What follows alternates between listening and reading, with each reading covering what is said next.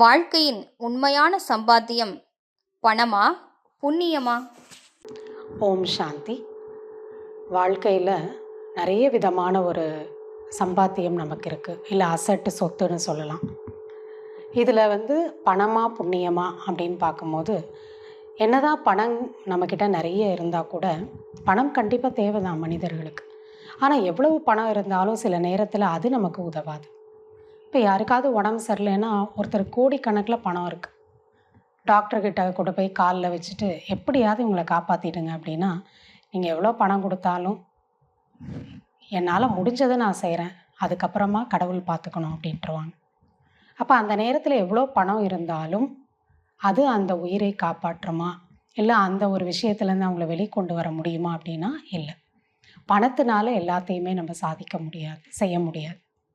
ஆனால் அந்த நேரத்தில் அவங்களுக்கு உதவி செய்கிறது என்ன தெரியுங்களா? அவங்க சேர்த்து வைத்திருக்கக்கூடிய புண்ணிய கணக்கு. எவ்வளவு மற்றவர்களுக்கு அவங்க நிறைய நன்மை செய்திருக்காங்களோ அதனால் நிறைய மனிதர்களோட ஆசீர்வாதம், இவங்க நல்லா இருக்கணும் நல்லா இருக்கணும் அப்படின்னு நினைக்கக்கூடிய மனிதர்கள் நிறைய பேர் இருக்காங்கன்னா, அதுதான் அவங்களுக்கு அங்கே உதவி செய்யும். எவ்வளோ கொடிய நோயாக இருந்தாலும் சரி, அவங்க அதிலிருந்து பிழைச்சி திரும்ப வந்துடுவாங்க. ஏன்னா புண்ணிய கணக்கோட சேமிப்பு தான் உண்மையான சம்பாத்தியம்னு சொல்கிறோம். சில பேர் நம்ம நிறைய பணம் சேர்க்கணும்னு சொல்லிட்டு மற்றவங்களுக்கு கஷ்டம் கொடுத்து ஏமாற்றி பணத்தை சேர்த்துக்கிறாங்க, அது கூடவே பாவத்தையும் சேர்த்துக்கிறாங்க. ஆனால் அது கண்ணுக்கு தெரியறதில்ல. பாவமோ புண்ணியமோ கண்ணுக்கு தெரியறதில்ல.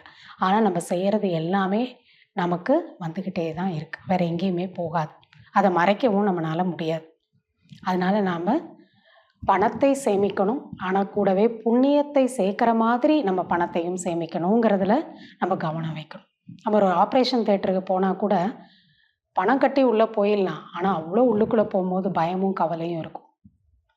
அப்போ பணத்தினால நம்ம அந்த ஒரு பயம் கவலையை வெற்றி அடைய முடியாது. ஆனால் யாருக்கு நிறைய பேர் மனிதர்கள் சொத்தாக இருக்காங்களோ, அவங்களுடைய நல்ல ஆசீர்வாதங்கள் சொத்தாக இருக்கோ, புண்ணிய கணக்கு இருக்கோ, அவங்க பயம் இல்லாமல் போவாங்க. நான் திரும்பி வந்துடுவேங்கிற நம்பிக்கை இருக்கும். அப்போ அந்த நம்பிக்கை பாசிட்டிவிட்டி மனசில் வரணுன்னா நிறைய பேரோட ஆசீர்வாதம் நமக்கு தேவை. ஓம் சாந்தி.